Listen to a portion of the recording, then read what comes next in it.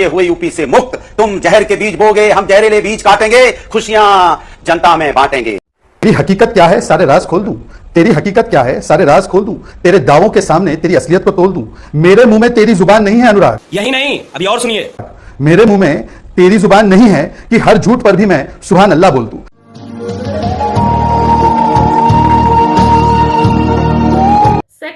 में आप सभी का स्वागत है। आजाद भारत में ऐसा पहली बार देखने को मिला है कि अपोजिट पार्टी जब हार चुकी है लेकिन जश्न मना रही है जीत का। जी हाँ, चीख चीख के जीत के वो झंडे गाड़ रही है। तो यहाँ पे शहजाद पूनावाला ने अनुराग भदौरिया को बहुत अच्छे से इनको मुबारकबाद देके कहा है कि अगर आपको ऐसी हार जीत लग रही है तो ऐसी जीत आपकी हमेशा होनी चाहिए। वीडियो बहुत ही इंटरेस्टिंग है, साथ ही वीडियो बहुत फनी भी है, आपको मजा आएगा इस वीडियो को देख करके फ्रेंड्स। जी हाँ, लेकिन अगर आप उससे पहले कहीं जाइएगा नहीं, वीडियो को पूरा देखिएगा, स्किप मत कीजिएगा। तो चलिए बिना देरी करे हम शुरू करेंगे आज का ये वीडियो। लेकिन उससे पहले आपने मेरे चैनल को सब्सक्राइब नहीं करा है अभी तक तो सब्सक्राइब कर लीजिए, जिससे कि इस तरीके के वीडियो का नोटिफिकेशन आपको समय रहते मिल सके फ्रेंड्स। तो बिना देरी करे हम शुरू करेंगे आज का ये वीडियो। संविधान के खिलाफ क्या हुआ है, आप इंस्टेंसेस कोट कीजिए कि संविधान के खिलाफ ये सरकार कब गई है। संविधान के खिलाफ तो सरकार हमेशा से रही है। पहले मैं 4 लाइन सुना दूं, फिर बता दूंगा कब कब संविधान के खिलाफ हुई। गाना या कविता? ये भारतीय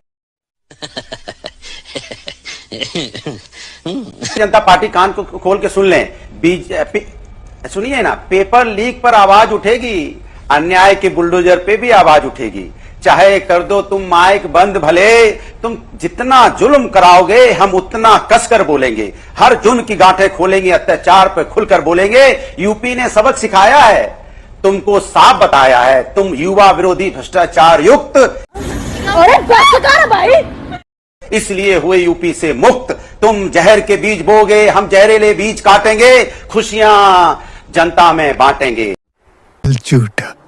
आप कह रहे थे कि क्या इन्होंने संविधान के साथ अन्याय किया? आप बताइए, एक एक दिन में 78 सांसदों को इन्होंने निलंबित कर दिया। क्या संविधान सम्मत था? आपने बिना 146 संसद आप पार्लियामेंट से निलंबित करके बिल पास कर रहे थे।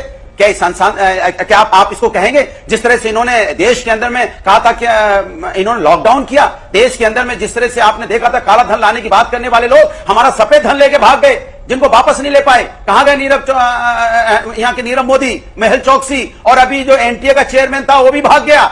सुना अमेरिका भाग गया। कैसे भाग गया भैया? जो भ्रष्टाचारी करता हुआ अमेरिका कैसे भाग जाता है, मैं पूछना चाहता हूं। और चुनी हुई सरकारों को गिराने वाला कौन, बताइए आप? क्या संवैधानिक था? महाराष्ट्र की चुनी सरकार को इन्होंने गिराया, उनके वहां पार्टियों को 2 भागों में बांट दिया। ये इनका काम है।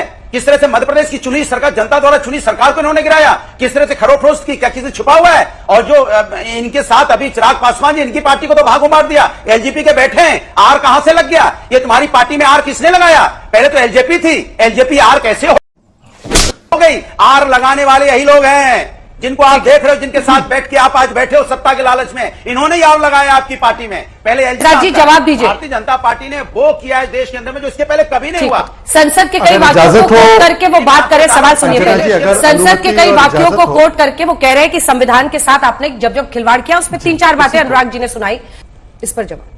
और क्योंकि अनुराग जी ने आज एक कविता सुनाई है, उन्होंने एक शेर सुनाया है, तो मैंने भी कुछ लाइनें लिखी थी। मुझे भी एंटीसिपेशन था कि अनुराग जी कुछ सुनाएंगे तो हम भी सामने शेर का कर्ज जो है अदा कर दे। तो मैंने भी लिखा है, इरशाद फरमाता हूं। तेरी हकीकत क्या है सारे राज खोल दूं, तेरी हकीकत क्या है सारे राज खोल दूं, तेरे दावों के सामने तेरी असलियत को तोल दूं। मेरे मुंह में तेरी जुबान नहीं है अनुराग, यही नहीं अभी और सुनिए, मेरे मुंह में तेरी जुबान नहीं है कि हर झूठ पर भी मैं सुभान अल्लाह बोल दूं। आखिरी में बुलडोजर के बारे में, अनुराग जी ने बुलडोजर का जिक्र किया। अंजना जी जरा कैमरामैन इसको जूम तो नहीं कर पाएगा, मैं मोजो से जुड़ा हूं। ये देखिए ये तस्वीर, जब बुलडोजर अतीक और मुख्तार के घर पर चलकर वो प्रॉपर्टी गरीबों में बांटने के लिए उनकी प्रॉपर्टी को तोड़ती है तो ये लोग छाती पीटते हैं। ये तमिलनाडु की तस्वीर है जहां पर एक छोटा सा रेडी पटरी वाला उसकी दुकान को तोड़ रही है ये स्टालिन की बुलडोजर।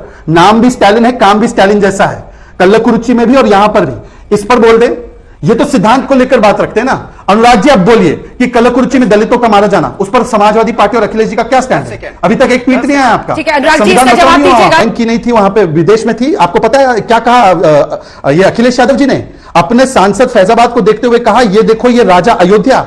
अरे प्रभु श्री राम से तुलना करेंगे, 37 सीटें जो आ गई, पुष्टि कीजिए और इसका तथ्य सामने रखिए। कितना झूठ फैलाएंगे भाई? अनुराग जी, इन्होंने कहा तेरी हकीकत क्या है, तो मैं उसी पे 2 लाइन बता रहा हूं। तेरी हकीकत क्या है भाई मेरे? भ्रष्टाचार, झूठ, जुमला, महिला अत्याचार, पेपर लीक, मिरर में एक बार देखो तो खुद को शर्म आने लगेगी। खाल उधेड़ देंगे तुम्हारी, हम बता रहे हैं। कि क्या इतना कुछ भ्रष्टाचार करके बैठे हो?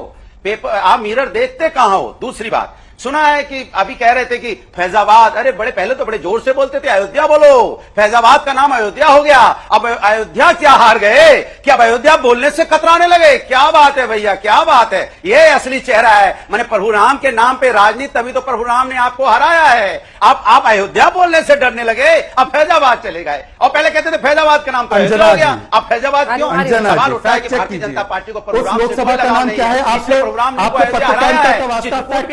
रामेश्वरम भी हराया है, क्योंकि वो जानते हैं कि मेरे नाम पे मैं देखिए दूसरे पर दोष मत डालिएगा। भगवान राम को, हिंदू धर्म को आप ला रहे हैं पॉलिटिकल डिबेट में। आवाज नीचे कीजिए सबकी। अनुराग जी, आप ही पॉलिटिकल डिबेट में हिंदू धर्म ला रहे हैं ताकि अजय जी कल को हम पे ना बरसे, क्योंकि उनकी आदत है हल्ला बोल के बाद जो यहाँ नहीं बोल पाते ट्विटर पे लिखते हैं वो। गजब बेइज्जती है। आप शहजाद जी की बात का जवाब देना चाह रहे थे। अंजना जी, भारतीय जनता पार्टी इतनी तेज चिल्लाती है, कर्नाटका का नाम लेगी, तमिलनाडु का नाम लेगी, पश्चिम बंगाल का नाम लेगी। अरे भैया इतनी चिंता है तो उत्तर प्रदेश में भी तो आपकी सरकार है, डीजल पेट्रोल सस्ता कर दो 30-35 रुपए, वहां पे आटा चावल दाल दूध भी सस्ता कर दो, 20 रुपए लीटर बिकने लग जाए। क्या दिक्कत है? यूपी में आपकी सरकार है, मध्य प्रदेश में आपकी सरकार है, बिहार में कर दो सस्ता, और कहो देखो हमने सस्ता कर दिया, अब देखो कर्नाटक वाले सस्ता नहीं कर रहे हैं। दूसरी बात, आप 1950, 1960, 1970 में कब तक जियोगे भैया? आप तो 2014 से 24 के बीच की भी तो कभी बात करोगे, जिसको आपने लंबे लंबे वादे देश को, जनता को सपना दिखाया था। वो सपना का क्या हुआ? जो युवा उसमें पैदा हुआ था 2014 में जब आपकी सरकार आई थी, 10 साल का था, 20 साल का हो गया। वो बेचारा इंतजार कर रहा है, जो 20 साल का था वो 30 साल का हो गया, इंतजार कर रहा है कि आप भैया हमारे लिए कई बात करोगे। 25 का था वो 35 का होने को आ गया कि हमारे तो हक की कई बात होगी, हम तो जवान हो गए, जवान से बूढ़े पे जाने लगे। ये अभी तक वहीं अटके हुए हैं हमारे दादाजी के जमाने में। कमाल की बात भैया, आपने तो युवाओं की बात की थी, अब उनकी चिंता ही नहीं करो जरा सा भी। अंजना जी, मुझे चाहता हूं, India is union of states तो राहुल जी ने कहा था, तो जब मैं कर्नाटका, तमिलनाडु, बंगाल का गिनाता हूं, वहां की महिलाएं, वहां के किसान, वहां के दलित लोग नहीं है क्या हमारे देश के? मुझे गालियां पड़ेंगी अगर मैं उनके विषय को उठाऊंगा, बोलेंगे कि उनकी बात क्यों करते हो? कर्नाटका के किसान को डीजल का भाव देना पड़ रहा है, उसके लिए मैं आवाज ना उठाऊं? तमिलनाडु के दलित मारे गए उसके लिए आवाज ना उठाऊं? पश्चिम बंगाल की मुस्लिम बहन के लिए आवाज ना उठाऊं? और मैं तो कह रहा हूं कि 2 तस्वीरें हैं, मैंने शुरुआत भी इससे की। तमिलनाडु में वो कोई आवाज उठाने चाह रहा है दलितों के लिए, तो क्वेश्चन आवर के लिए उनको सस्पेंड कर दिया सेशन के लिए। यहां पर एक संवैधानिक प्रक्रिया है, हम कह रहे हैं कि उस संवैधानिक प्रक्रिया में भी मोशन ऑफ थैंक्स में कोई रोक नहीं। आपको जिस विषय पे बोलना है, कविता पढ़नी है कविता पढ़ो, नीट पे बोलना है नीट पे बोलो, पर कितना ईगो है, कितना अहम है, माय वे या हाईवे, वही इमरजेंसी वाली मानसिकता दादी मां वाली कि मैं नहीं तो कुछ नहीं।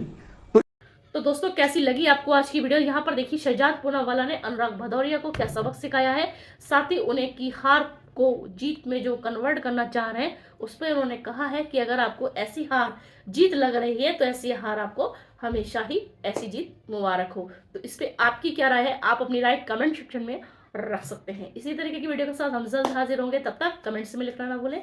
जय हिंद।